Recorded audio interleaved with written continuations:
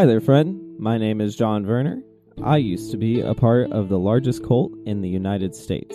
After studying the Bible, Christian history, and ministry, I set my sights on confronting the problematic nature of white evangelicalism in the United States. In 2019, I published my first book as a first step in addressing the subtle issues of this complex system. This podcast will continue that work under the same title. Welcome to The Cult of Christianity.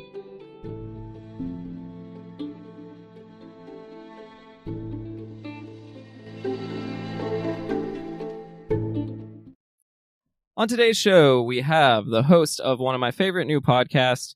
He's a former professor of Azusa Pacific University, where he was surrounded by white evangelicalism at the same time as completely deconstructing his faith.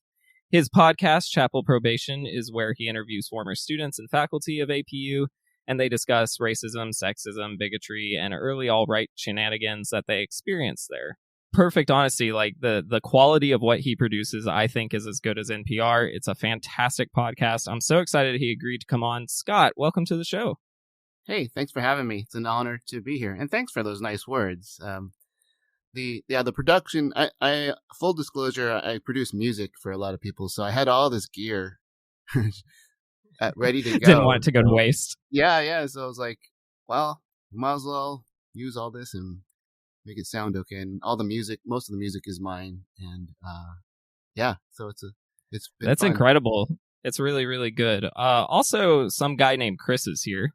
Hey, it's some guy. What's up? Hey, some guy. As y'all know, Chris is one of my besties, and he's been on the show a couple times, and glad to have him back to help me out with this. Scott, this is kind of my baseline question I ask most people. How did you relate to Christianity the first 18 years of your life? First 18 years, I was a good conservative evangelical attending a sort of proto-mega church. You know, they weren't called mega churches, but it was like a big church here in Pasadena. And I was all in. I was like a worship leader and led Bible studies. And so I went to UC San Diego for college and joined InterVarsity Christian Fellowship. So I was still 18 there. And 18 is a good marker because I think I started to ask questions, and I started to have questions asked of me as a Christian by classmates and professors that I couldn't answer, or I thought I could.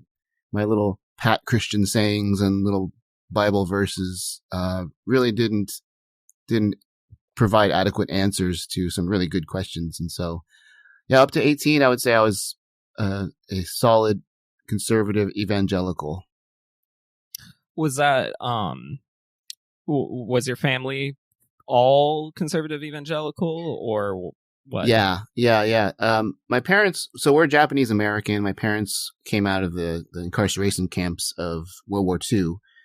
And I think for our community, when you go through that, you just want to be a good American so that doesn't happen again. So for my parents, I think being Christian was one of the ways I think they kind of grabbed onto to prove to America that we were okay. we weren't going to worship or follow the Japanese emperor from after World War II.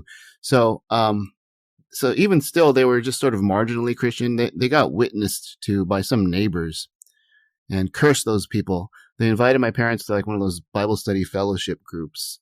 And, where I don't know if you're familiar with that. It's like a national thing where you sit and just, you like write like a book worth of notes about the stuff you read. And so my parents got all into that. And then we started going to like this other church. And the whole family was. Interestingly, both my brother and I have deconstructed completely in our adult years. But my parents are still going to that same church. There's so much social commentary wrapped up in your story there about it hurts because it's it's unveiling part of the problematic history here in this country. And so while there's like a deeply personal element, there's definitely something larger at play socially there. And I've come to when I was in Christianity, I didn't see it that way. It was sort of as I was working my way out of it, I could see why my parents chose a church that was predominantly white and middle and upper middle class. For them, it was part of their journey of upward mobility in America. I mean, they were fully Christian, and they still are, and their faith is very deeply held. But it doesn't take a psychiatrist or psychologist to look at their story and say, that makes sense. I see why they were drawn to that.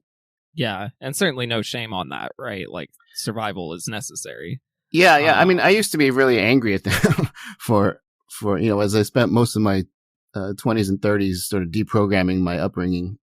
But as I got older and the more I read and learned about that period of history, I definitely have sympathy for what they went through. Obviously, yeah.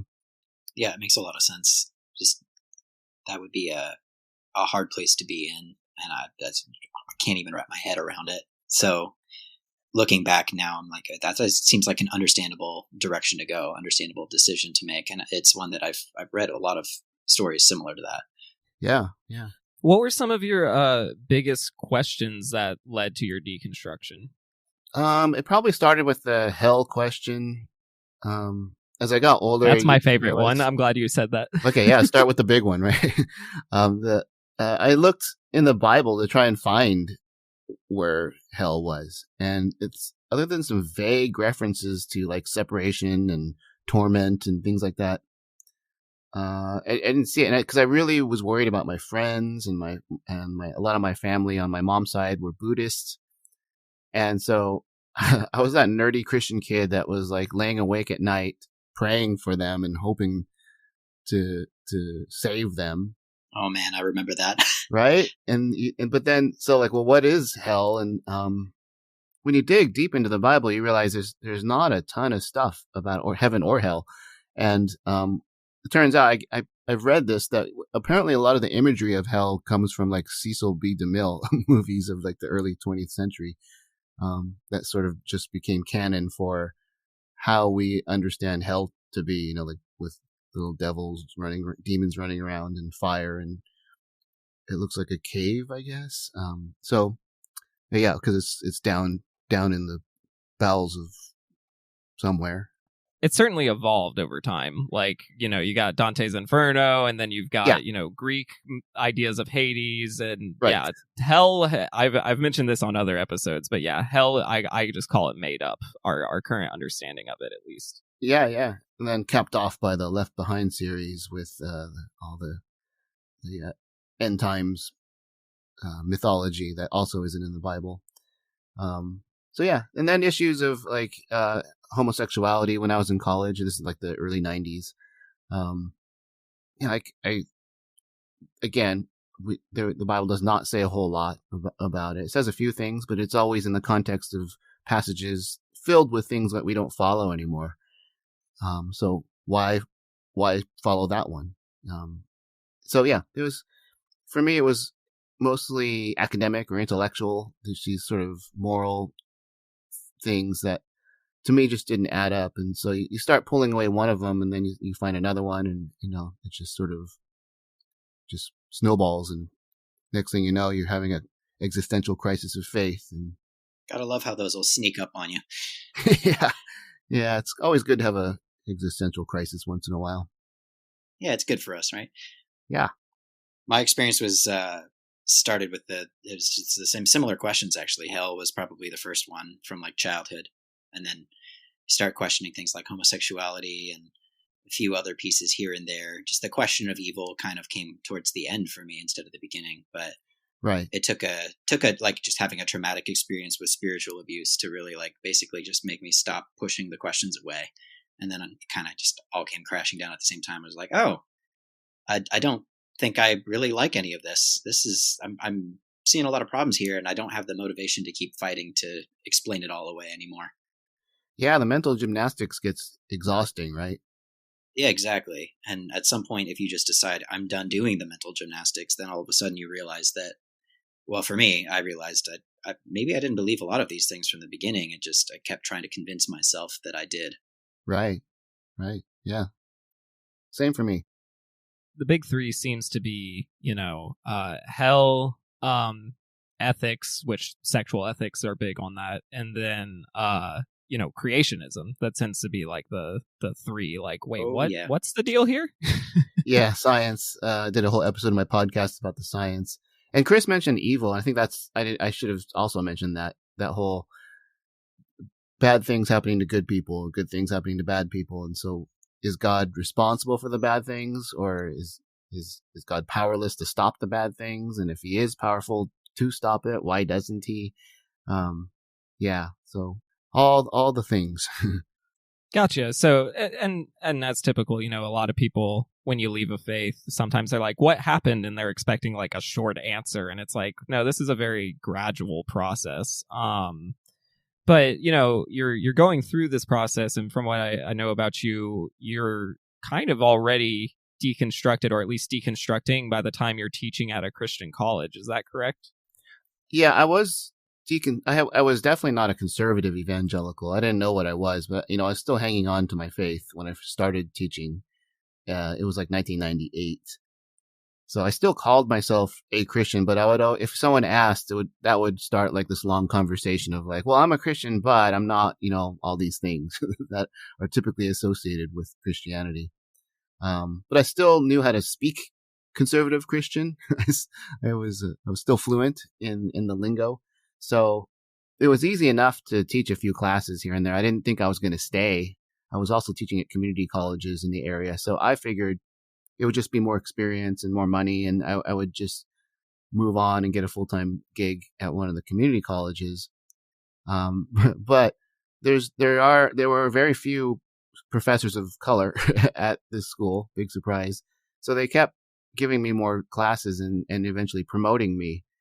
And suddenly I'm forming relationships with student groups. I helped start like an Asian American student club, and eventually later on helped the LGBT kids start a secret underground club.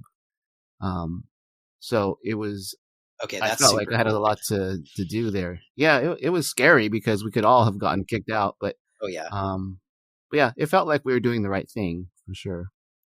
Yeah, there's almost an element of like, you can kind of be, I think very different issues, but I think some of my positivity or positive feelings I felt when I was at Bible college were related to, hey, I'm kind of like a big fish in a small pond.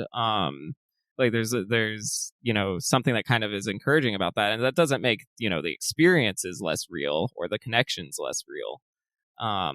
But there can be an element of like, oh, this is kind of, I'm having a lot of influence here. This is kind of nice. Yeah, and for me, maybe not. Okay, yeah, influence. I guess as a professor, but yeah, the real issue was the relationships formed and feeling like I was needed to help these kids navigate the experience of either not being white or not being straight or just feeling on the margins of the culture. So. Yeah, I'm sure you were needed. I'm sure. Yeah, I don't mean it in any kind of nefarious way. I mean it. For sure. Yeah.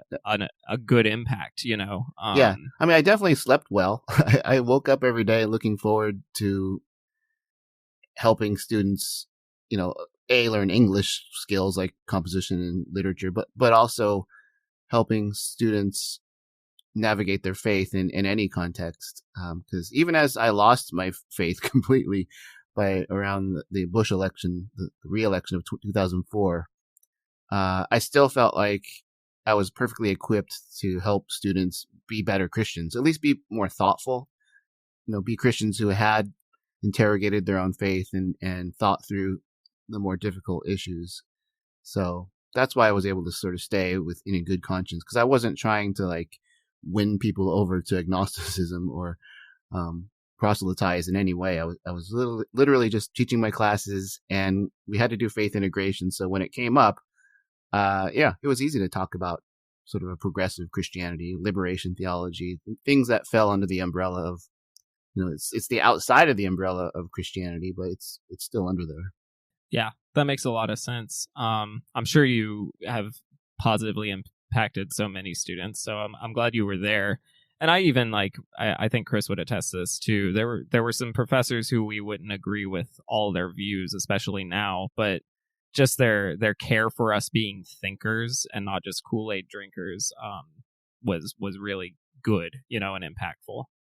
Yeah, it's as long as you feel like you're heard, right? The person is listening to you and understands where you're coming from. You can have a relationship. Yeah, in one of the future episodes of my podcast, there's this student who we did not agree on anything when he first came to my class, but we listened to each other and we talked after class about life, and we became friends, even though theologically and politically we had nothing in common. And he went through this journey where he's now, I think he describes himself as an anarchist. So we see a lot more eye to eye on things now. But yeah, I think it's great when you can forge a relationship with someone that you don't necessarily agree with, everything. Certainly there's deal breakers. If the person doesn't see humanity in the other person, there's really not a relationship to be had. But so long as there's that, you can build bridges of understanding and care. Did you feel like any, I'm sure there were many stories, so you don't have to recount them all, but if you could describe it in maybe more emotive terms, like what was teaching at a Christian college that I assume was very, white evangelical, as you're, pulling away from white evangelicalism? Like, what was the overall kind of feeling in your soul about all that? It was tough at times. Knowing, I'm writing a book about it too. Knowing I had to acknowledge that it was their house, that I was sort of, that I didn't fit into. Now, I felt like I had a place there, and some of my colleagues and some of the administrators saw that I had a place there, the ones that I got to know. But by and large, the handbook for professors and the handbook for students, there was a lot in there that, I found highly objectionable, and it made me think twice about what I was doing there. But at the end of the day, I felt good about being there, because, like I said, I was helping conservative kids, at least for a semester, think about different points of view, and maybe shining lights on some of the holes in their theology, or at least maybe not holes, but things that they had never thought about. If I could get a conservative kid to see something human in, a gay person or a person of a different religion, to me that was a win. That, I maybe didn't change their mind. They usually left still thinking being gay was a horrible sin, a really scary one for them. Or, someone who's Hindu or Muslim or Buddhist is still going to hell. But at least they could be shown that the humanity of these people, a little bit. And so, to me, I thought I was helping them see these things and integrate them into their faith, to ideally make the world better. Then they tell two friends, and then they tell two friends, planting seeds. And then you have a cult before you know it. No. Yeah. I should have done that. I would have. There's a lot of money in cults, right? Oh yeah. I missed an opportunity there, for sure. No, I totally agree. I think forward is forward no matter the pace, right? And yeah, totally agree that softening or eliminating bigotry, even if it doesn't completely dismantle a problematic view, is still a step in the right direction. Yeah, having an effect, in a small way on certain individuals can have an effect farther down the line. So, I mean, there were obviously a lot of students, not a lot. I got on great with most of my students. There was always one or two every semester that just hated my guts, who just thought I was so evil for even thinking about these things. That's how you know you're doing it right. Yeah.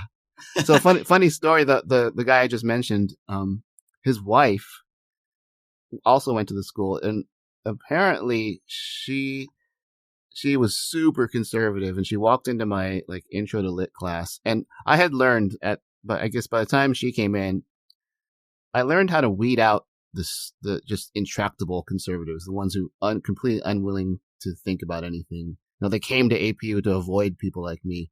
So I had a canned speech at the beginning of each semester where I would say, like, if you think Obama's the Antichrist, if you think Fox News is inerrant, this is not the class for you, because we're gonna really dig into things like this. And there would always be 1 or 2 or 5 people just storm out of the room right there and then. And that was good, because if they stayed, it would be a long, horrible semester fighting it out with them, and it would go nowhere. And in fact, it detracted from the quality of conversations that we had.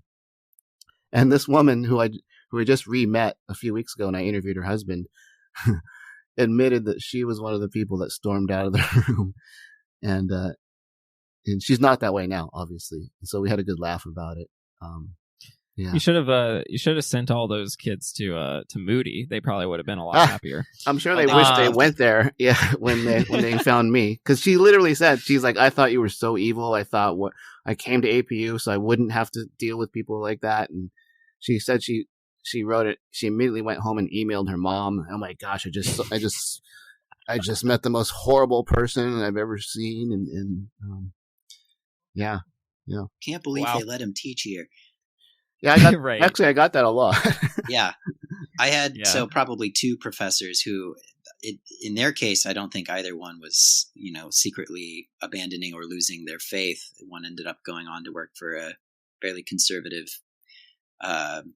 think tank, and then another is still working at a tiny Bible college. But both of them did have that same kind of similar perspective of trying to shake up the very intractable views that some of these students, that all of us, were coming in with. And one was a philosophy professor that John also had a pretty good relationship with, and he had a few good canned speeches towards the beginning and end, and would make a point of trying to be like, you guys are here to be indoctrinated. I'm here to educate you.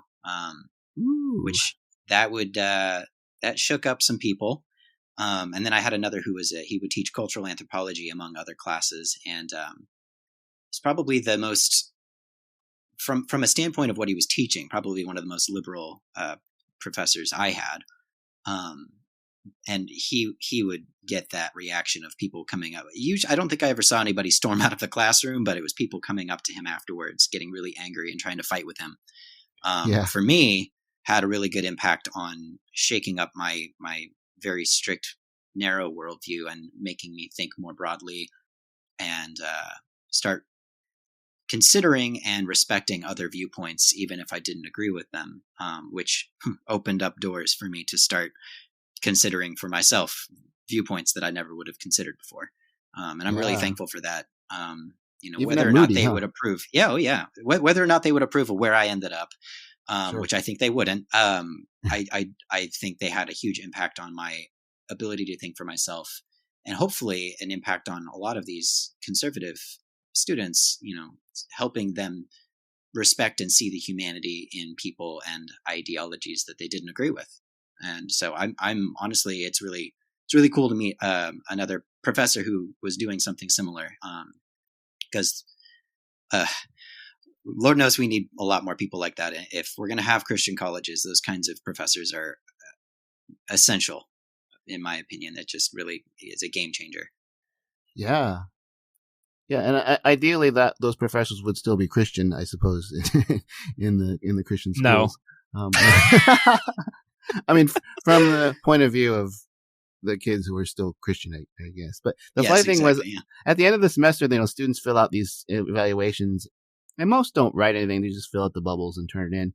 But there's a section for comments, and every semester someone would write something really nice, saying like, Professor Okamoto is like a great example of a Christian, and I was like, wow, I don't believe it, but I was presenting as a Christian, and the messages were getting through to some people. So yeah, there's some good trouble to be had, right? Like there in those moments, right, where it's like, well, I've joked that I've preached sermons that I didn't believe while I was giving them, but yeah.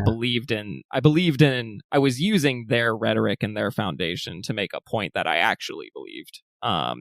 which again is disingenuous and a good reason to get out. But it was I still think there. I actually just got a message the other day from someone who's like, "Hey, your message in chapel. I know you're not a Christian anymore, but it actually meant a lot to me, and I'm still a Christian, but that what you were getting at, I think, was important." And I'm like, "Okay, great, cool." Yeah, that's cool. Wait, you spoke in the chapel? Oh, I won. I was not planning on talking about this. Yeah, let's go for it. So, well, Chris, do you want to chime in here? Yeah, I was going to say he won preaching. He won Olympic gold in preaching. We'll put it that way. Yeah, he won. Is this the Summer Olympics or the Winter Olympics? It's summer. I guess summer. Yeah, May. So it was every year they would do the preaching major, because we had a preaching major, would do what they called a homiletical jury. So, I guess, was this all the seniors, John? Yeah, correct. Yeah, everyone who's So graduating. the senior class, as they're on their way out, would do their final masterpiece, present a sermon as part of their final class, and they would do this before a panel of judges, and the top two winners, would then give their sermons to the entire student body in chapel. And John was one of those people. Wow. So this is when you were still in undergrad? Correct. Yes. Wow. Yeah, it was wild. And it's funny because by that point I would say at least administration viewed me as a troublemaker. So it was kind of a fun little send off to, in fact, one of the judges, like at one point in my Moody career, was not a fan of me. But still gave me high marks for my preaching. So yeah, I still have it framed. I have my little award-winning preacher certificate. Wow. So you were one of those kids who started college as a Christian, and by the end you had sort of deconstructed. I am one of those who was on. I've heard you say on your podcast, on fire. Yeah. I was ready to go save everybody. And I was like, what's the quickest way to do that? And then I was like, that's expensive. What's the cheapest way to do that? And then Moody came up, and I had a weird connection to Moody, but yeah, I kept going, and then I didn't really. I would say I was a Christian up until probably a year after Moody. But I was definitely fed up with Christians long before. I was fed up with Christians by the end of freshman year. Wow. And I was I was one of the editors of our academic journal that campus put out, and all my articles were basically just like really just like angry rants about how Moody was messed up. Wow. So you and I have something in common there. While I was at APU, the students voted for me to speak in chapel. At the end of every year, they have a professor give the chapel talk, and so it was kind of awkward when they told me, hey, you've been selected. It's it's a big honor. It's like speak in front of several thousand kids. So I posted it on my website, R. Scott Okamoto. I found the clip, and that's me trying to navigate saying something inspirational and not, but I didn't act like I was super Christian, but I think I used a little bit. But yeah, I was already completely deconstructed by then. So I gave a talk on like how poetry and the poetic lens you look through is Christ-like. And yeah, and it got that chapel talk got me in a lot of trouble because I said positive things about my gay friends in it. And yeah, that was sort of the beginning of the end for me. But that's funny. You and I have that similar experience where, like, yeah, give a sermon, give a to the kids. Yeah, we won't talk about mine because Chris will make fun of me if we start talking about what the message was. But it's worth making fun of. It's on YouTube. Google it if you want. All right, John Verner, yeah, Moody, yep. Moody, yeah. Spokane. Yeah, if you insist, go ahead. Actually, it's a good time. Yeah, it's cringy. And then I should contact Chris, and then we can talk smack about it. But and we'll record a podcast where we just dissect it. Let's break this down. I'll point out everywhere he was being ingenuine. Yeah. I have like another show I do called Parsing Propaganda, and it's on my to-do list. It's too long of a sermon, but it's on my to-do list to do a multi-part series. Wait, how long is it? It's like let's see, how long is it? 3-4 like 30 hours? Minutes? No, it's like 30 minutes, but you know. Yeah, it did to me. But yeah, I want to do like a 3-parter on me to deconstructing it myself. And nice. where I went wrong. But we're talking about Christian college, and you know, some of the listeners might not. They were like, "What the heck are you talking about?" Yeah. So first off, I just wanted to find some like terms. So there's like historically Christian colleges, you know, like Duke, Emory, Baylor, like those don't really matter anymore. They might be technically Christian, but that's not really. They're more liberal arts than anything, right. or other type of stuff. And they might have like, you know, like a specific religious or seminary and like sect of their school, but in general they're just universities. I'm not too worried about those for this conversation. Or even Catholic schools. Catholic schools tend right. to still be very fine academic institutions because they sort of Gonzaga, yeah, they sort of Boston College, I think. Mm-hmm. You know, the Catholics approach it like our gift to the community is this institution of higher education, so it's not an indoctrination center. Right. I mean, they'll offer mass and have certain rules, but yeah, it's not like the evangelical schools of today. Right. And then there's probably another distinction to make between like Christian colleges and Bible college. Yeah. I mean, it comes down to whether a student would like to study like a wide range of topics or from a Christian worldview, or if they would just prefer to like emphasize, you know, study of Christian theology and ministry. Those would probably be the Bible colleges are more like vocational ministry schools. Yeah. Typically, they might have other things, but in general, that's their emphasis. Christian colleges are like, we'll offer you anything, but, you know, be a Christian. Is that fair? Right. Or yeah, that sounds right. Yeah, it's because so out here we have like APU and Biola and Vanguard, and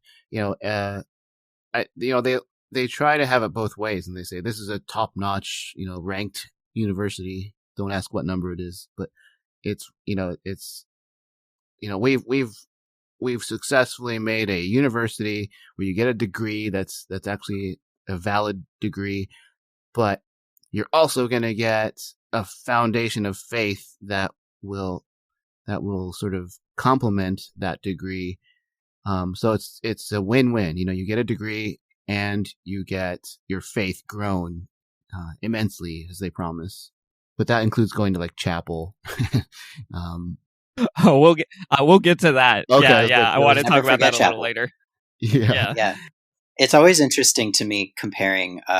So actually, a lot of my family grew up in California. So my mom spent a year at Biola. I think my aunt went to Azusa Pacific. It's always funny, like talking to people who have gone to some of those Christian universities, those more conservative ones, and realizing how much I had in common with them from my Bible college experience, while at the same time realizing how not a university my Bible college was. Remember, Chris, we went to an institute. That's what they would always say. We went to an institute. I got a bachelor's degree, but there weren't that many bachors to be had. Right. Yeah. Bachelor's degrees, I should say. There were a lot of bachors to be had. I was going to say, there were a lot of bachelors. There were a lot of bachelors, and that's why they were there. I actually, in preparation for this, I went to APU's website just to kind of peruse it. Oh, yeah, I looked at it the other day, too. That's funny. Yeah. So it said, this was a quote, it said, "Since the university founded in 1899, APU has incorporated our religious beliefs into every aspect of university life. We are transparent about our God-first approach to higher education and Christ-centered academic excellence as it reflects our mission-driven identity, including our commitment to diversity." That's kind of just thrown in there. rigorous curriculum across academic disciplines explores topics infused by faith. In the resident halls, during chapel, and in discipleship groups, students unpack God's call upon their lives and witness his transformation. To uphold this distinction, APU employs faculty and staff who share the Christian faith across denominations. All right, so here's the question. Do you think APU has diverse views of faith? Yes. Well, to them, yes, because they have faculty who can be like Presbyterian or Baptist or so there's like 1,000 different versions of Christianity, right, in America. So APU accepts a third of them. so in that sense, yeah. And they even have Catholics at APU, but Catholics suffer greatly in those settings. I think in Biola and APU and the evangelical schools, because there's this constant debate as to whether they're even Christian or there's faculty that are always complaining that these Catholic faculty complain that their own department colleagues are trying to witness to them constantly to try and make them not Catholic anymore. So okay, that just sounds exhausting. Yeah, right. It's so in answer to the question, yes and no. So there's diversity of kinds of conservative evangelicalism, but if you're outside of the accepted, few dozen denominations, then it does not feel like it's very diverse. So they're diverse in that they accept anyone who, we would probably use the term like Orthodox Christianity, right? Like it's like, if you're under that umbrella, you're probably good. I was going to say, even under that, there's those little issues like, a whole bunch of people don't think women should be in leadership at places like APU. And so you get a lot of those fights of, can a woman be a head pastor, or can a woman teach men? And yet, both sides of that issue are welcome at APU, which makes for some, fascinating, rather excited conversations. I'm glad you brought that up. Not necessarily the specifics, but like that's almost an example of what's kind of cool about Christian colleges. The like one of the positive things I'll say about my experience is because it's for bad reasons, but because you're so conditioned to be courteous to people you are told are your family, like while granted some horrible conversations can happen, some really cool conversations between people who probably in a more traditional university wouldn't be talking to each other get to talk to each other in that environment. Does that make sense? Yeah, definitely. And I mean, as far as the woman issue, if you're not a woman, it's a great conversation. It's fascinating. Right, yeah. It's fascinating fun if till it's your not humanity's on the line, yeah. Yeah, exactly. If you're a woman, it's rather uncomfortable, I would imagine, to be debating your place, especially at a university. Yeah. There are students that will literally say, I don't think women should teach, and that's male and female students. And so right. to be a woman at APU, a woman professor, can be a really tough thing. Yeah, we had a dean who this was actually before my time, but I was dealing with the aftershocks when I was a freshman, who like she spoke in chapel and there was like the Christian equivalent of rioting, which is just men angry talking about it. And she was the dean of they were like, she shouldn't speak in chapel. Crazy stuff. At Moody we had like pretty stringent doctrinal statements that we had to sign an agreement to, but professors had even more narrow doctrinal views, but professors had less like behavior statements they had to agree to, while students had more. I'll phrase it this way: are doctrinal statements just as manipulative as behavior agreements? Ooh, yeah, depending on the doctrinal statement, but yeah, whatever it implies as to the behavior. Yes. The funny thing is, I would guess, just by the casual conversations that I had, I was trained as a journalist, so whenever there was a lot of professors around, I would sort of slip questions in, because I was curious, do you all believe the thing we signed? Because I didn't. I wanted to get paid, so I signed, sure, the Bible is infallible and inerrant, and yes, I am completely committed to being a full member of my church that I wasn't going to. So yeah, I signed the thing and agreed to it, even though I didn't. And apparently, by my guesstimation, a good third of the faculty was like me. That did not really care. It was just like it's an accredited university. I'm good at teaching my subject, so yeah, let's just do that. Yeah, we had some of that at our school. I got to know a lot of professors, and they were comfortable sharing where they disagreed with what they signed with me. But it's funny because what they disagreed about is like, oh yeah, like, I don't know if I might be more into covenant theology than dispensationalism. Like that was their big ethical taboo. Yeah. Yeah. But yeah, that's I tend to think that, obviously doctrinal statements kind of have a behavior implication. So while like a hard and fast rule, like we had, don't drink even after you're 21, you're not allowed to drink while you attend.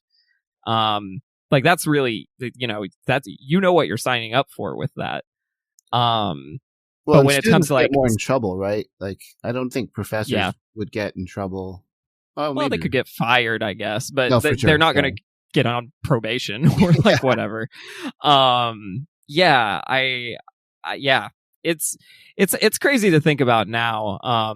And there were all these there were some professors who were like, we won't drink either because we in like solidarity with students because they didn't like the rule. It was kind of a really weird, interesting dynamics there. See, I would have drank in protest of the rule in solidarity. Yeah, that would have been more effective, you'd think. See, now that's the spirit. Yeah. Oh man, there's a story I'm not allowed to tell on the podcast that I might tell you after. Chris knows what I'm referring to. Did you sign an NDA for this? With myself, yeah. But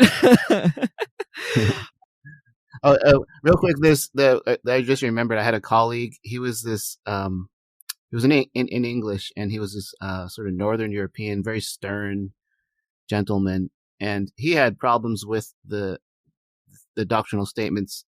So instead of just signing it, he crossed out the things he didn't agree with and reworded them to fit his doctrines. And the school was like, yeah, okay, fine. So there was some flexibility there. I wish I had the guts to do that on my way out as I was graduating, because we had to sign like an application for graduation where you basically reaffirm a bunch of doctrinal positions.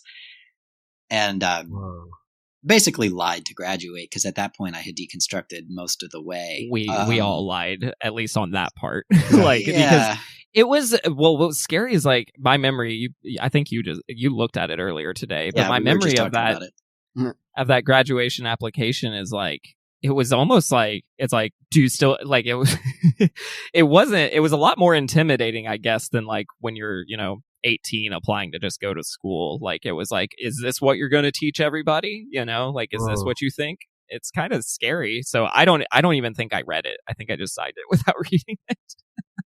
Wow. Yeah. It's like when you sign up, first of all, you kind of think, especially as a teenager, if you're starting at that age, you think you know what you're signing up for, but also like you might go in thinking some of these things, you might be going in thinking, yeah, I'm comfortable with this, and you sign off on it and you go. And for me, if anything, it was more like I signed a bunch of things going like, yeah, I'm so glad that they're going to like really like, solidify these beliefs and like, further indoctrinate me in them. I want that. Yeah. When some of those viewpoints change and you're trying to get out, but you want to get out with a degree because you spent money and 4 years of your life on it, then all of a sudden you feel really weird when you're like, okay, you're telling me formally that I can't leave without saying these things, without affirming these doctrines. And if I tell the truth and say, well, I disagree with 2 or 3 of these things here very strongly, you're just going to deny me my degree? You're going to just tell me, no, all that work and time you put in, nope. And would they deny the degree? Yes. Oh, yes. They've done it. After all that time and money that Oh, yeah. And don't you think that's kind of like, I don't know, that's kind of sketchy, because it's almost like they're doubting their own ability to educate you in 4 years. But Kind they're of, not yeah. designed to educate. They're not designed to educate. They're designed to make ministers. Like at least at Moody, that's what they were Right. designed to do. But it's almost like they're doubting the ability to do that by sort of like doubling down at the ends. Like you, this is what you agree, right? This is what you agree with, right? Right?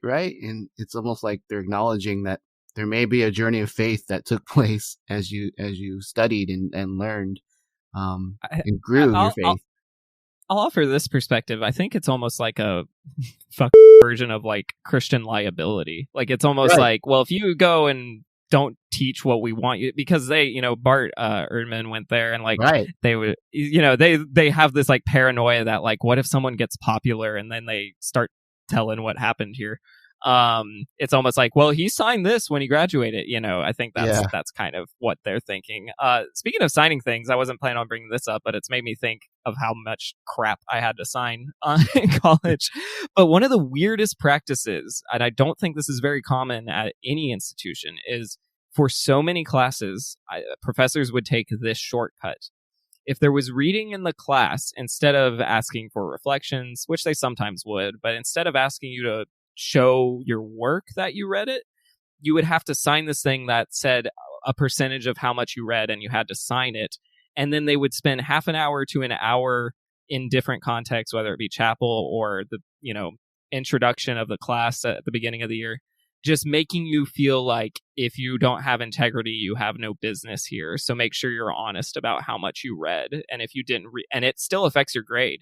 So they would basically force a crisis on you about like, well, how much percentage of this book did I read? And they'll say it'll haunt you forever if you lie on this, and like stuff like that. Whoa, that's like psychological warfare or something.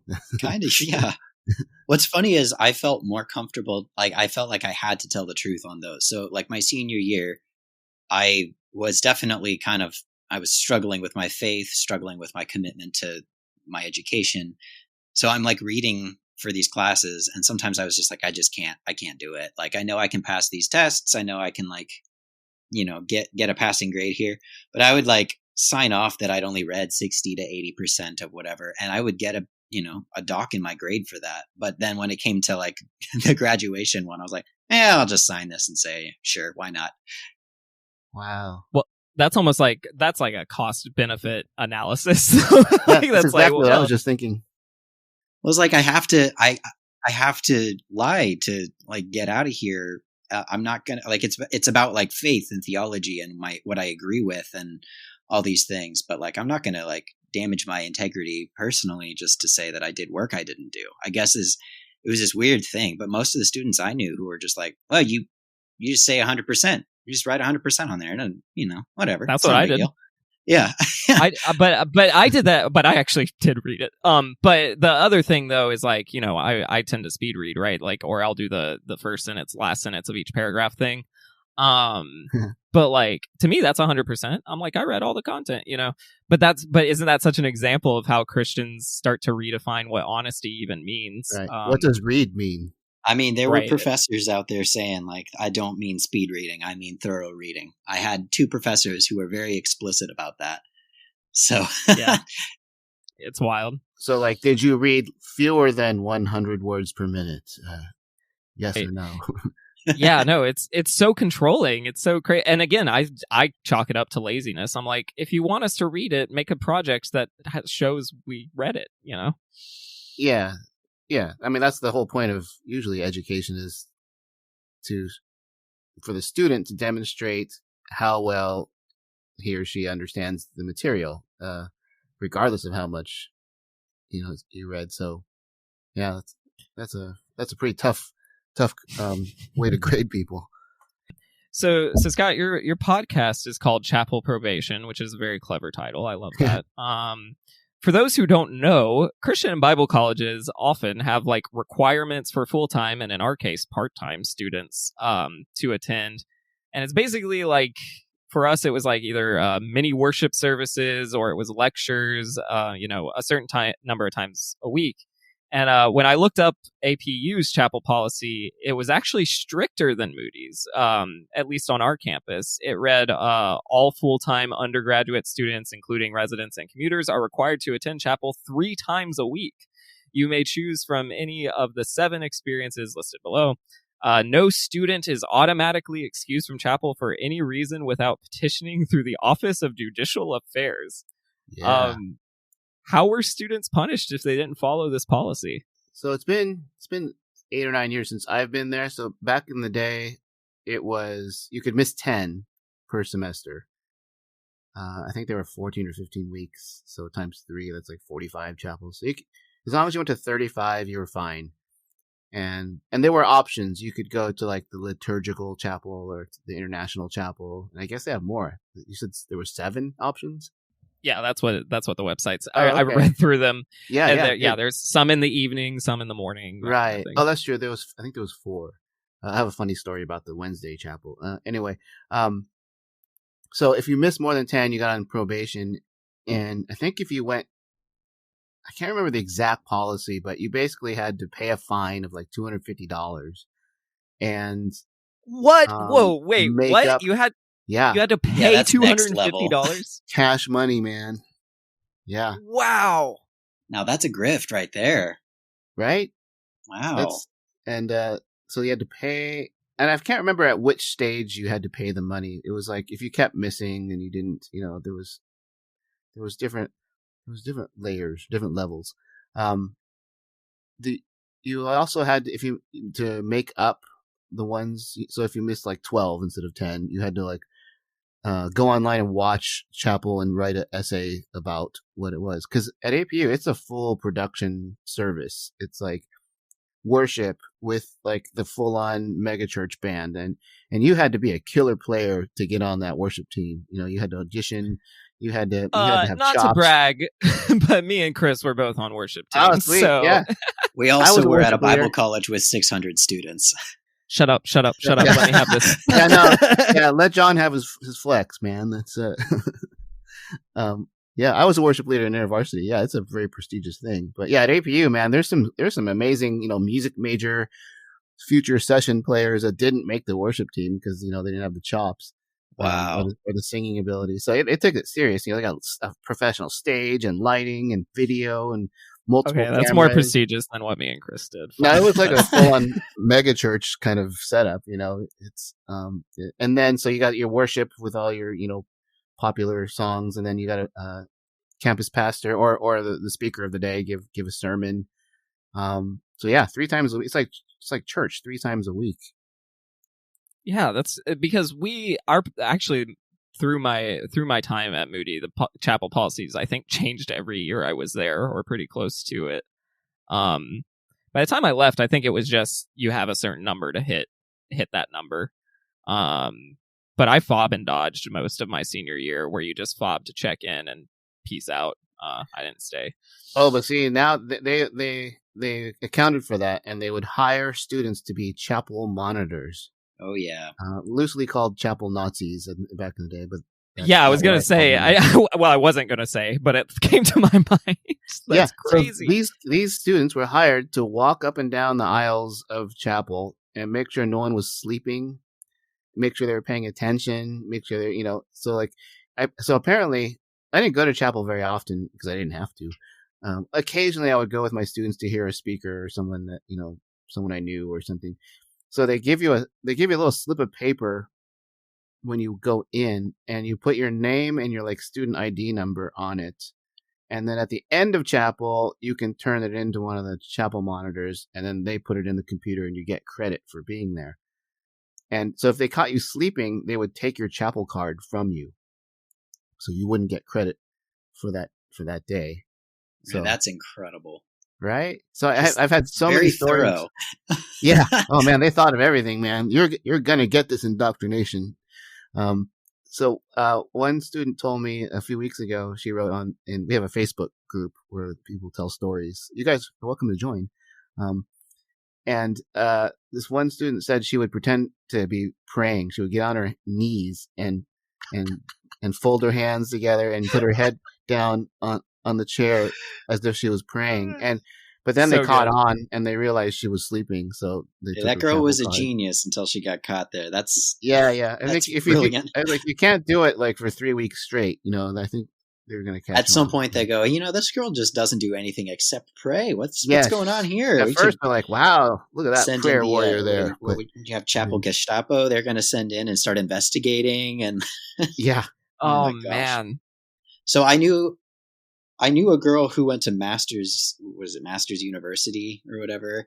MacArthur's indoctrination. MacArthur's indoctrination camp. Yeah, where they just really it's a special place from the stories I've heard. But that was the first time I'd ever been introduced to the idea of chapel monitors. And she called them guards. I don't know if that's what they called them, but she called them guards.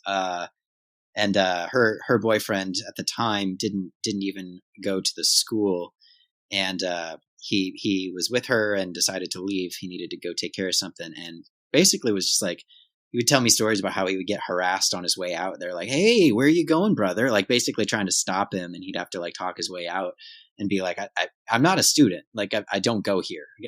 Please let me go. We did not have that.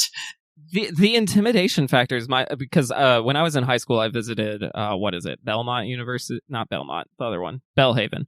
Belhaven University in Mississippi, and they had chapel, and their fix was much simpler. They were just like, you have to fob in, use your card to check in at the beginning of chapel and at the end.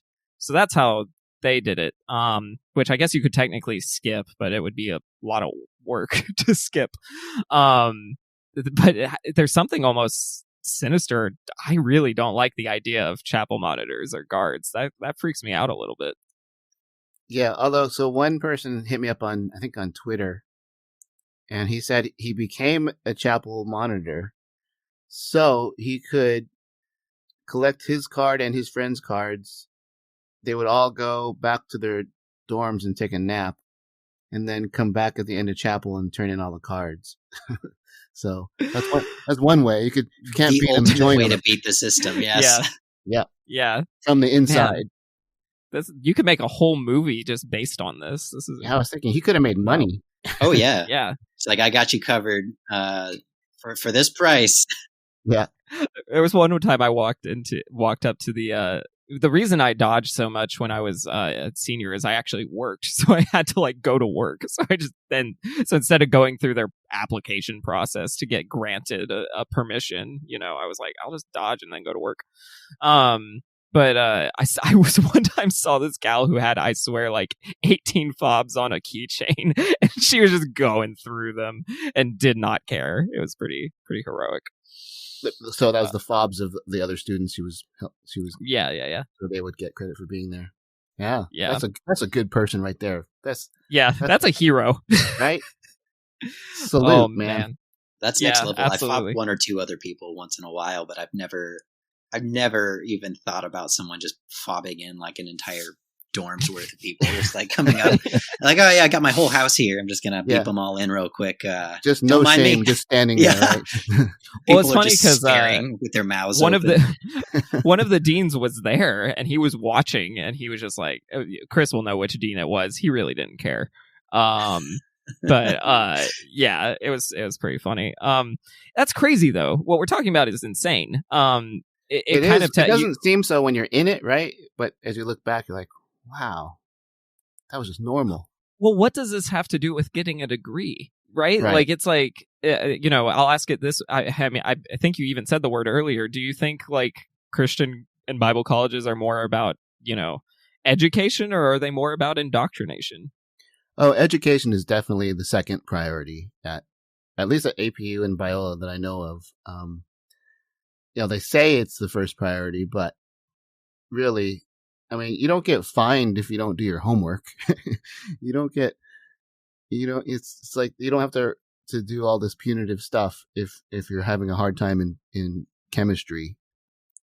Yeah, that's the best argument I've ever heard, actually, for indoctrination versus education. I've never even really thought about that, but like, yeah, you get what are you probation or for? fined for not going to these chapels, or in our case, like at Moody, we had to do they called it Practical Christian Ministry, I think is what it stood PCM. for. PCM is what they called it. Ooh.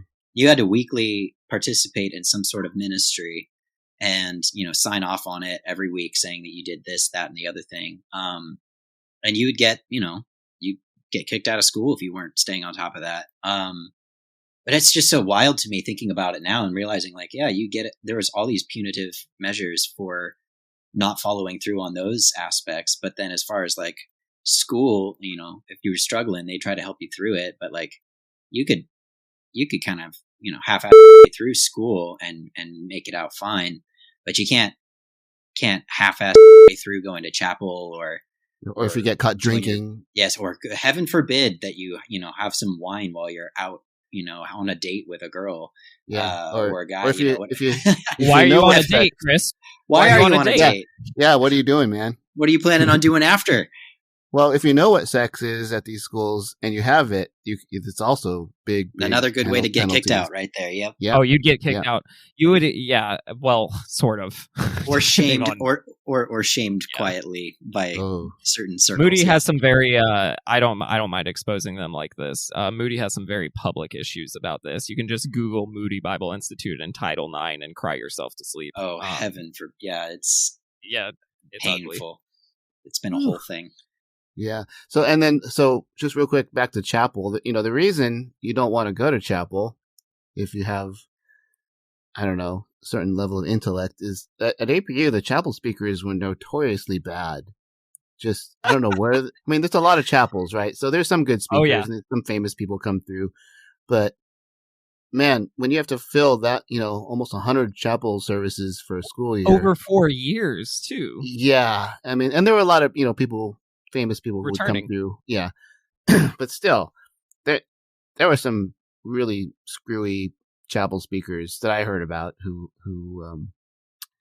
gave talks you know, about like environmentalism is of the devil and nice. You know, just weird stuff like that even my most conservative students were like, what the hell was that? You know, they would just chalk it up to, well, that was a weird chapel. But if you care about it, if you care about like what you're being taught, it would make students mad. And by the second or third year, they're just through with it. You know, even if they're still very Christian, a lot of students are just like so sick of chapel by the second or third year. I'm trying to remember exactly what it was. We had a girl who was hosted at one point. She did a chapel. It was a girl, I believe, actually, which is shocking. But there was a young woman who did who was, I think her claim to fame was that she had been a contestant on Survivor. And that was the kind of celebrity level we could afford at Moody. There was just she was actually the cousin of one of the students. Just so you know. That the connection? There's always a connection. Yeah. We at least APU had the resources to bring in at least a couple of good famous ones, because our famous was mediocre at best, or just really problematic. We had I'm trying to remember his name. It's Michael Ferris, the head of the Family Research Council. My senior year, which coming as a former homeschooler, that was a little bit triggering for me. I was like, I'm not going to be going to this one. I'm dodging this one for sure. Wow. Yeah. Fun times. Yeah. Well, even the famous ones weren't great. Like early on when I was at APU, they had Kirk Cameron and oh no. and he just came out and laid an egg, man. It was like a precursor to Trump, just all over the place, non sequiturs, mumbling and just ranting about, and the students couldn't agree on even what he had said afterwards. But one of his main message was basically, love is not how you witness to people. You have to use fear and tell them they're going to hell. And it's hell. He just kept saying hell and hell and hell. And so tell it, Kirk. Yeah. You know what you're talking about, man. So some students they asked the school to sort of recant the whole thing, and they didn't. So students made a mock protest with signs that said like "turn or burn" and "you're all going to hell." And they went marching up and down the main walk after the next chapel, just accosting, screaming in people's faces, "You're going to hell! Incredible. Do you know where you're going? Oh my gosh. If you died today, do you know where you're going?" And it was hilarious. It was, you know, 'cause there aren't protests at APU, but so that's phenomenal. I went to a big state school, so there was protests every other day. It was just, you just learn how to like put your head down and go through them. But like at APU, it shook them up. Yeah, getting screamed at with signs. Yeah. I like to think I was the part of the leadership of one of the only protests that ever happened at Moody. You and it were. didn't go well. It did not. It backfired real quick. Yep. Oh, Thanks to control and abuse of the system. Yes. what were you protesting? An unjust firing of a professor. Yeah, and the protest was so mild. It was mild. A petition. Yeah, it was a petition asking for clarifications. Yeah, I was just asking for clarifications, and it became like, do you even believe in, what Moody stands for? And I'm like, what are we talking about? If I'm remembering correctly, students were kind of, not quite, but kind of threatened. A little bit too. There was a lot of talk about we were intimidated and respect for authority. So I remember this was right around the time John and I were becoming friends. I was with him and he was getting phone calls from students asking if he could take their name off the list because they felt uncomfortable or afraid. Oh, so they signed it and they're like, you know what? No, I take it back. Actually, it's not you. It's me. And by me, I mean, this is the Moody. craziest part. It was under the direction of a pastor who was a part-time prof there, who was basically saying he would consider excommunication if something like that happened in his church. And he kept saying it just like that to students. It got his message across. Whew. Real healthy community. Yeah, and that's why we're here talking about it. Yeah, isn't this great? I know this. What's interesting to me is when I've described like Christian college in the past and stuff, people are like, "Is it accredited? Is it this? Is it that?" And I'm like, "Yeah, it's a real degree that I have." Like nobody knows how, but yes, it is real. And what's I think funny about it is how many people actually stop being Christian, or at least stop being like evangelical after being in like a Christian environment like that for 4 years. And obviously there isn't like any formal studies about this that I'm aware of, but there's a long-standing joke that nothing will make you an atheist faster than reading the Bible. Yeah. I've also found that nothing will make you dislike Christians more than going to Christian college. Would you say that's a fair statement? Yeah, that's one of the main themes of my podcast is that actually studying the Bible and trying to have some kind of indoctrination, conservative indoctrination forced on you is the fast track to deconstruction. I never expected it. I went in, I struggled with doubt a little bit here and there and really didn't want to deal with it. So I thought this will fix it. And boy, howdy, that did not have the impact I thought it would. It definitely did the exact opposite of what I was trying to accomplish. They should call that the Bart Ehrman. Oh man, he traumatized Moody. That's for sure. We were joking about why you had to sign all this on your way out. I think Bart Ehrman by himself could be the reason we signed all those things on the way out to graduate. I wonder if that's post Bart Ehrman. I would not be surprised. They used his name as like a way to make, instill fear into you as a student. Yeah, caricature. Yeah. You don't want to turn out like Bart Ehrman. Although we had a running joke among students. There were a few of my friends would sometimes just jokingly, they would just like yell Bart Ehrman was right. In like crowds of students, they just like be walking by the coffee shop and just pop in and just like, "Hey, Bart Ehrman was right," and then walk out and see what happens. It was a good time. What I never imagined is that I would actually agree with that statement in any way. Yeah. Bart Ehrman's like a hero to me. He's incredible. I was still calling myself a Christian when that first book came out. I think, was that misquoting Jesus? Yeah, I have that book right now, actually. Yeah, and that basically finished me off. I was just like, well, there it is. There it is. That's my ticket out because, what do you say to that? It's the only text, the only written guide to this whole religion has some major problems, major flaws that you really can't really talk your way to yourself out of that. Yeah, and this actually ties in well because I think a lot of people would assume that if you're going to study religion, like most of it you would think would be like, oh, what's the historical context of the Bible and the early church? And in my experience, Christian college will tell you that they are teaching you about the historical context. But a lot of what I've learned about the history and the environment of both Jesus and the early church after I didn't learn at Bible college. I learned from other books that they did not give me. Oh, that's interesting. Because at APU, like a lot of the students I'm interviewing took these Bible classes, these really intense Bible classes at APU. And it wasn't like necessarily a Bart Ehrman approach, but just a real honest look at some of the holes or some of the contradictions. With I think the goal is to try and help students through that to reconcile those things in the Bible, but it's not always an easy fix once you pull that thread. And so, while a lot of students can go through those classes, study it in depth, see the problems, and emerge with their faith completely unscathed, a lot don't. And so it's a real gamble, I think, for Christian colleges to have actual Bible classes that honestly and deeply look at it. Yeah, I have to have some respect for their willingness to do that. I think from my degree at least, we only had one class that really dug into that, and it was the sophomore year. There was like an introduction to Bible class, and a lot of that went into things like textual criticism and things like that. And your description is basically what it was. Like, I think it was an attempt to try to like, here's some of the issues in the field. Here's some of the problems in the text and how we deal with them, with the hope of like, kind of inoculating you to it a little bit.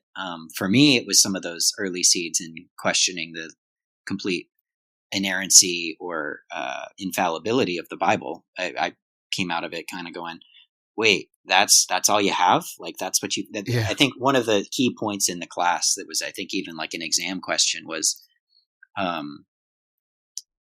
do you know that the Bible is inerrant? And the answer ultimately was simply that the Bible says it's inerrant. And the professor used the exact words, it is circular reasoning. Yeah. In a positive way. Like he said, it's circular reasosoning. Basically, all just have reasoning to accept it on is faith. circular, Chris. All reasoning circular. That's the rhetorical move they make. Okay. All reasoning circular. Hey, Chris, I don't want to keep you if you have to go. Yeah, I'm going to sign off here. Actually, you're a better eye on the clock than me, but I do need to get rolling here. It was good to meet you, Chris. Yeah, it was good to meet you too, Scott. I'll talk to you soon, Chris. You have a good one. Later. Bye. To Chris's point, like, it's not that historical context wasn't mentioned or like, certain problems weren't brought up. It was more like there were no answers really given. It was just kind of like, there's a problem and that's why we have faith, or something to that effect. Yeah. They try to downplay it, right?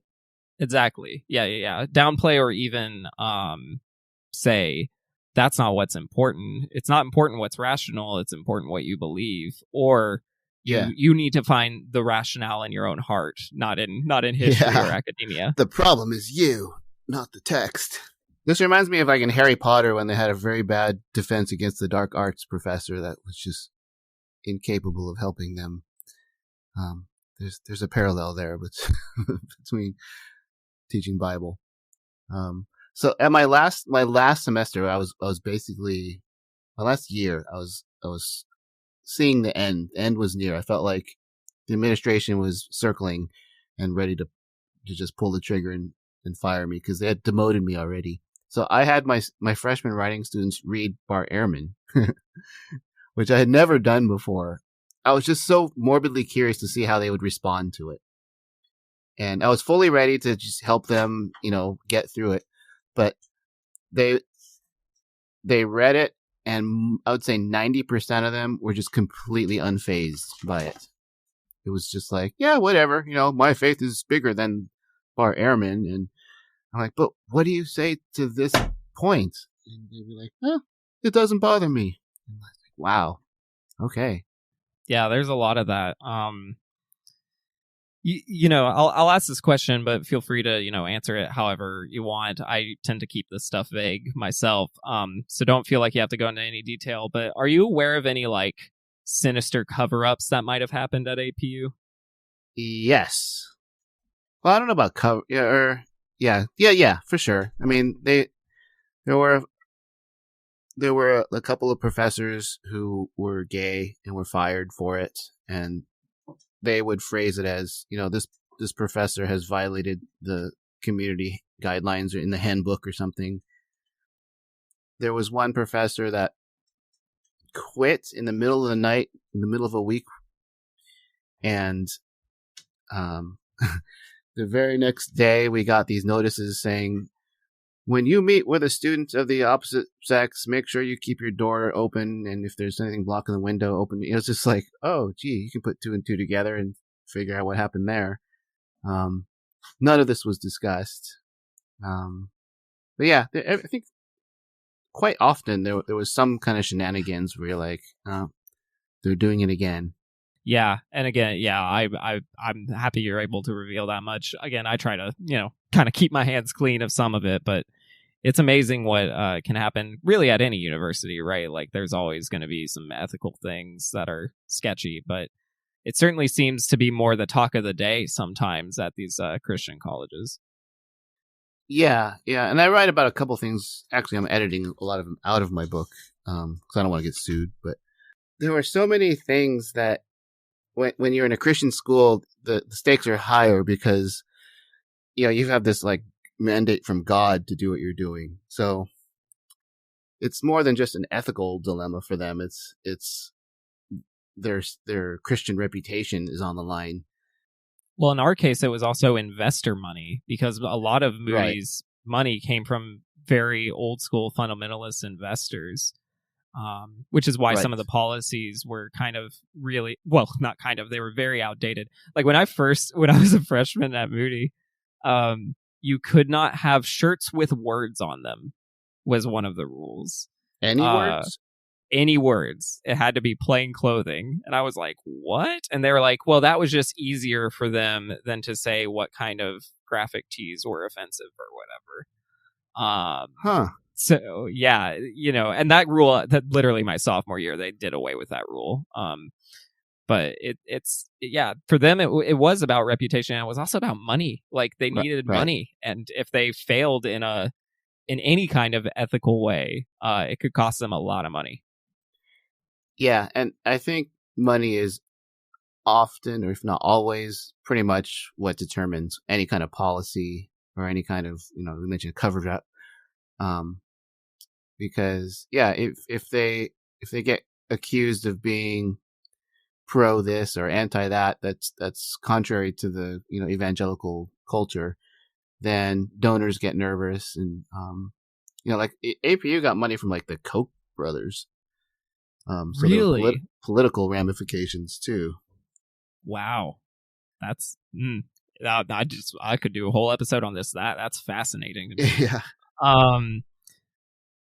But we were mentioning earlier, you were one of these kinds of professors, and Chris was on, we were talking about this too. Like, I really admire a lot of my professors, who I met at Bible college, but they also signed some horrendous doctrinal statements, and even whether they agreed with them or not, I know me and those professors have like really fundamental disagreements now. Sure.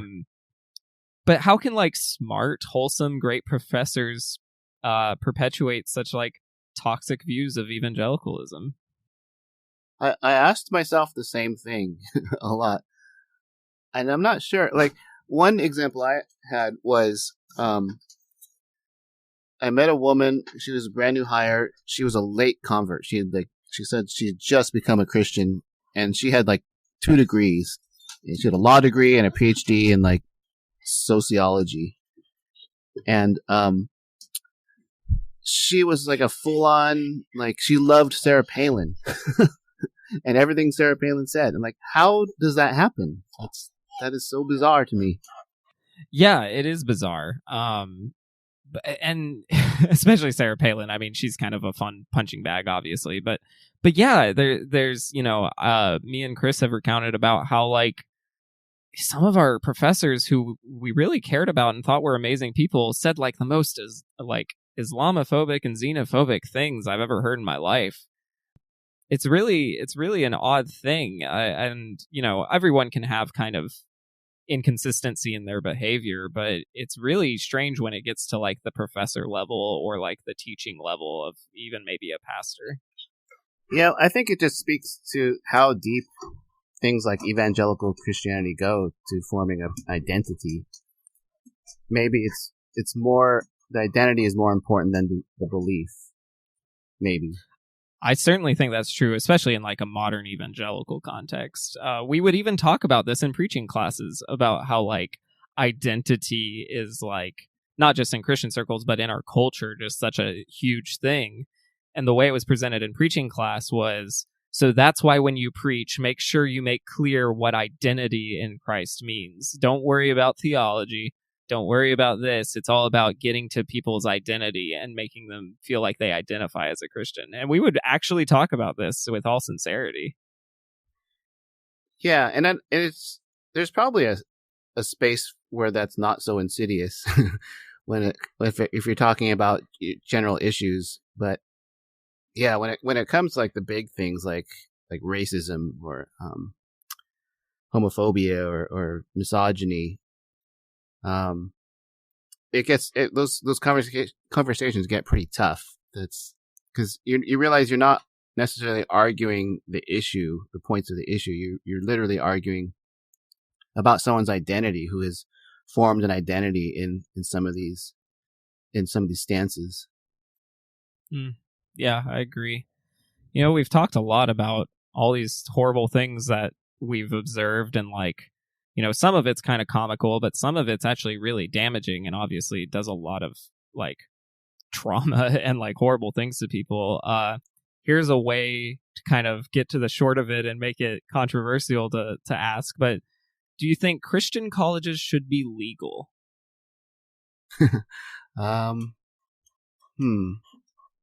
Yeah, I mean, as vocal as I am criticizing them, especially with my podcast and the book I'm writing, I would never go so far as to try and outlaw them, because it's free speech, you know, essentially, and freedom of religion, maybe. Sure, yeah, absolutely. And so, as long as we can point out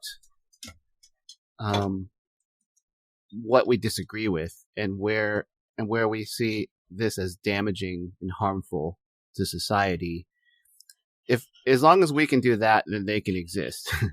And then people can decide for themselves how to see them. I think I agree. I get a little tripped up over like you know, we have laws about non-discrimination, and like the only thing that's technically legal to discriminate about is religious views. And it's like an exemption basically. Right. And it's just a little bit of a gray area for me, because again, you might say one thing, you know, you might say like you know, like I'll use Moody as an example. Like Moody was excellent at being like legally agile when it comes to stuff. Like they wouldn't technically refuse you if you were, you know, gay or black or, you know, whatever. But there were like workarounds, because the requirements, you know, were stuff like you must believe in the inspiration, authority, and inerrancy of Scripture, which might sound fine and dandy until it says in the next sentence, Moody understands that the biblical office of elder pastor in the early church was gender specific. Therefore, it maintains that it's, you know, consistent with an understanding of Scripture that those church offices should be limited to the male gender. And then it was like based on Scripture, non-marital sex, homosexual sex, same-sex romantic relationships, and gender identification incongruent with one's birth sex all violate God's generous intention for human relationships. I hope you're reading that. I am. You're not. This is not from memory. Yeah, no, it's not. I'm not that. I'm not that okay. neurodivergent. But such practices misrepresent the nature of God Himself, and therefore are sinful under any circumstance. They also say that after the rapture, Israel will be restored to her land, never more to be removed. And so you can like see that, like, well, that's breeding like things that are illegal. You know, or could, it feels like a legal loophole almost. So that's where my only tension is how specific the laws need to be about religion. I think that I might have some disagreement with the populace about that. Yeah, well, in the like places like APU can get around all the Title IX stuff because of religious exemption. So that's horrifying. So that's the part that I would want to step in. You know, they're legally allowed to discriminate against they're gay students. They're legally allowed to make students sign these very rigorous statements of faith, as a basis for being admitted. Because it's a private school too. So those are the kinds of legal parts that I would be okay challenging. But then I would also ask, if you were gay, why the heck would you want to go there? Because sure, it's gonna suck. Sure. Well, but that's where the issues of like not being out or not knowing, right. and like exactly. that kind of stuff. Exactly. But yeah, it can be very dangerous on those on school campuses like this, and well, just all school campuses, but especially Christian. For sure. And in some of the upcoming episodes, we talk about, a lot of these students don't realize they're gay until they get there, or they think that the school will help them not be gay, or so there's a lot of reasons gay students are at APU. Yeah, for sure. Yeah, but it's all very, very frustrating to and there were plenty of gay people at Moody who, just weren't out or were in denial about it for a while or whatever it may be. Because of all this, I frequently call evangelicalism a cult. It's a bit of my branding. Yeah. Hence the name. Hence the name. They sell the t-shirts, do the thing. But there are subcultures that form at Christian college that have kind of their own self-contained characteristics. So do you think all colleges form little bubbles and cults, or is there something particularly lurid about Christian colleges? Yeah, I think all colleges form a bubble of some kind. It's just some are bigger than others. So, any fine Ivy League school certainly has its own bubble, but it's very intellectual and academic and generally open-minded kind of bubble. So I think Christian colleges, the bubble's a little more insidious. It's a little bit more programming toward being anti-human, which is kind of what, to your point, the cult aspect of it. So, can you hear thunder? It's a rare thunderstorm here in Southern California. So, I can hear puppy and thunder, but I'm okay with both. The dog's flipping out. We welcome all animals here on the podcast, so don't sweat about it. And my son just corralled him. I was like, "Get the dog out of here!" No problem at all. What's your dog's name? Is it something Christian? Because that'd be amazing. It is not. It's his name's Mac. Okay, fine. You never know. Sometimes there's leftover pets, and it's entertaining. But I guess for you that would be a pretty old pet. I think I agree with you. All colleges form bubbles, but there's so much more us and theming at Christian college, I think. Yeah, and there's a bubble can be a good thing, right? It can be like a developmental tool to teach certain skills and subjects, for the purpose of helping you go out of the bubble, right? The problem with APU, they do an alumni survey every year, and every year the biggest complaint is students don't feel prepared to be in the world. So in this case, the bubble's not helping them navigate Moody a has life. The exact same evaluation verbatim. Right? Yeah, and it's the same thing, right? The students, they like the school, they had a great time, they feel like they learned a lot, but dang it, really struggle going to work every day, talking to people who don't go to church with me, and they do things like smoke or drink alcohol or have sex, and wow, it freaks me out. And so it's rough unless you, I guess, at Moody you have less of that, right? Because most of the people are going to work in church. Yeah, you have more people going to work in church. I wouldn't say you have less of anything at Moody, in my opinion. But okay, I think same issue. But I think they wouldn't. I think it's way more under the radar at Moody, though. Super on the Moody is named after DL Moody, and so we always had a joke, keep it on the DL Moody. But there was a lot of stuff.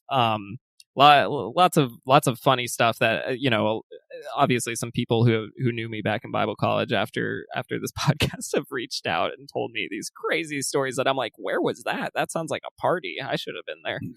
Oh, see, you're traveling in the wrong crowd. Clearly, or the they were right probably crowd. they were probably wise at the time to not let me in those groups. But you know, yeah. I've made a lot of changes in a short amount of time. Made up for lost time. Yeah, certainly trying to. All right, here's my harsh statement. Let's see how you feel about it. Okay, bring it on. I believe that Christians want Christian colleges to, you know, exist and flourish because they want brainwashing camps that raise up leaders for the next generation so that they can maintain a power structure. Is that a wild accusation or just an observation? I'm going to call that an observation. Ding, ding, ding, ding. Yeah, I know. I need a sound effect. I know. I'll take observation for 500. Yeah, I think that's right on.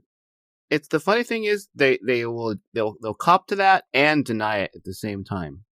Yep. They'll phrase it differently. They'll say, "Well, that's technically true, but I think I would." They'll try and put it in positive terms, right? Because that indoctrination is for a foundation of devout faith, which is supposed to be salt and light to the earth, right? To the world around them.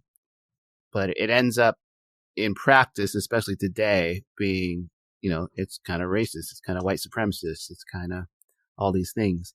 So yeah, I'll go with you on that. Well, thank you. I appreciate it. Do people say, no, I totally disagree? Well, so there's from what I'll summarize it this way. I think there's usually three perspectives to my church conspiracy stuff that I put out there every now and then. There's usually either you're right, Christianity is a cult, or you're almost right, Christianity is problematic and self-sustaining and needs work, or you're way off base, Satan's got you, you're an idiot. That's the most fun answer, I think. Well, actually, more accurately with evangelicals, kind of your positive spin. I was laughing on mute while you were talking about it because I was like, he's still got it. When you were describing the type of terms they use. But I think what most people would say is Satan. If they want to say it's Satan, they might say the world, my ego, flesh, whatever they pick. Yeah. Is working to prevent me from the potential I have to spread the good news. Like that would be because, and I've had as much said to me my whole life, is like, God's going to use you mightily, or, you know, like you're a persuasive guy, think of all you could do for God, like that kind of stuff. And I think the angle a lot of Christians take on it is what, you know, even some of the more progressive ones would say, wow, he's like pointing out a lot of good problems. I wish he was on our side. I think that's a lot of the perspective people have on me. Yeah, you and I could still probably work PR for churches and I'd be schools. making so much more money. Oh my gosh, I'd be making so much more money. We missed our calling. Oh, I think I tell people all the time. Well, another joke I say is if I ever come back, I'm gonna have the best testimony of anybody. But yeah, it's that's what I'm setting up for. It's a big grand scheme to get more money as a pastor later on. I have a friend who's a really great musician, piano player, and a complete atheist, but he gets hired to lead worship at churches in Southern California, and because he knows he knows the lingo. He grew up in it. He even leads prayers. Yeah, so. You get a lot of money. I don't have enough filter. I've done it before. I've led worship while not believing it, but I hate it. I was like, this is miserable. Yeah, at this point, I'm so far out, I'd slip up and say the F word or something. Or I did do that once leading. I thankfully I think I was just off mic enough. Not people didn't hear it, but I was like, oh crap, I just cussed while playing. You're speaking in tongues. Yeah, that's what. Yeah, something came over me. I don't know what it was. Yeah. Scott, thank you so much for coming on. This has been awesome. I'm such a big fan. I'll let you plug away. Where can people find you, and what's your podcast? Give them the deets. Well, yeah, I'm a fan of yours too, man. When you got in contact with me, I did a deep dive into your podcast too. So I think the conversations you're having are super important and super fun. So thanks for having me on. It's my pleasure. So I have a podcast called Chapel Probation, and this first season is just about APU because these are the people I know and the stories I want to tell. The second season, which will be later this year, will be opening up to other schools. So I should have you and Chris on to talk about Moody and your experience. I can't speak for Chris, but I'd love to come on. Yeah. Sweet. Yeah. And my website is rscottokamoto.com.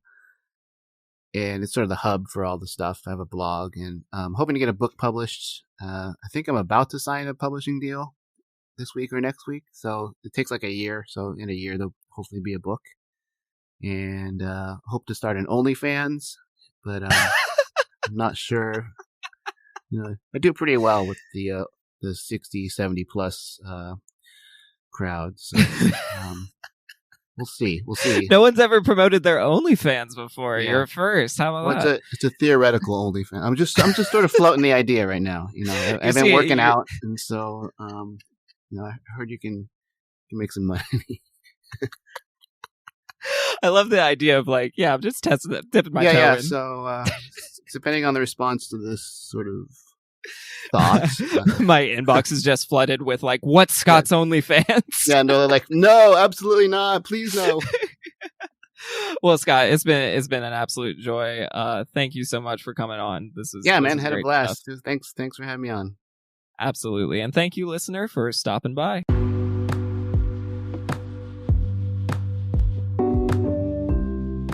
If you wish to learn more about what's going on in my life, or wish to purchase my book, go to thecultofchristianity.com. If you'd like to support this podcast, please continue to listen, follow, share, and consider subscribing for additional content. For only $5 a month, you'll have access to 2 additional shows, Parsing Propaganda, where I review and critique Christian content, and Art, where we try some amateur religious trauma therapy. Every subscriber becomes a part of something bigger than this podcast as we endeavor to hold churches accountable, speak the truth boldly, and most importantly, love others despite our pain. Thank you for listening, and remember to keep love in your life, hope in your heart, and searching in your soul.